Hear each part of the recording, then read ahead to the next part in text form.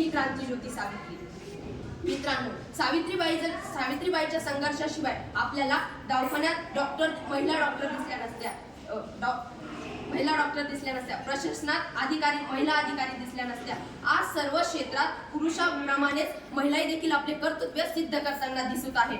एक जो काळ होता ज्या काळात स्त्रियांना दुय्यम वागणूक दिली जात होती, एक तो काळ होता ज्या काळात स्त्रियांना दुय्यम वागणूक दिली जात होती. स्त्रियांचं जगणे अतिशय कठीण झाले होते. रांधा बांधा आणि उष्टे काढा हे त्यांचे जगणे झाले होते. अशा या काळात एका शूरवीर वाहिनीने जन्म घेतला. 3 जानेवारी 1831 रोजी माता सावित्रीचा जन्म झाला आणि तिने जन्मताच ठाणले होते, मी शिकणार आणि तुम्हालाही शिकवणार. मित्रांनो, शिक्षणाने काय होते मी तुम्हाला एका उदाहरणाद्वारे सांगतो. शिक्षणाने जी स्त्री चूल आणि मूल इत्यादी बाहेर नव्हती, ती स्त्री आज पायलट आहे. जी स्त्री चूल आणि मूल इत्यादी बाहेर नव्हती ती स्त्री आज इंजिनियर आहे. आणि जी स्त्री आपलं घर सांभाळण्यात अक्षम होती ती स्त्री आज देश सांभाळते आहे. याचं कारण आहे शिक्षण.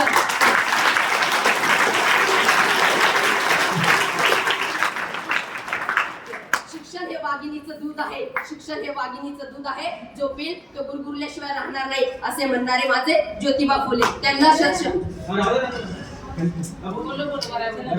असे म्हणणारे माझे ज्योतिबा फुले. त्यांचा विवाह मायज्योती सावित्री फुले यांच्यासोबत झाला. ते सुद्धा एक समाज सुधारकर व्यक्ती होते.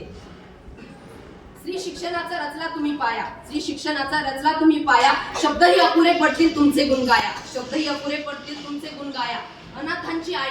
अनाथांची व अद्भुतेची बनल्या तुम्ही आई. पुन्हा एकदा वंदन करतो तुम्हाला सावित्री माई.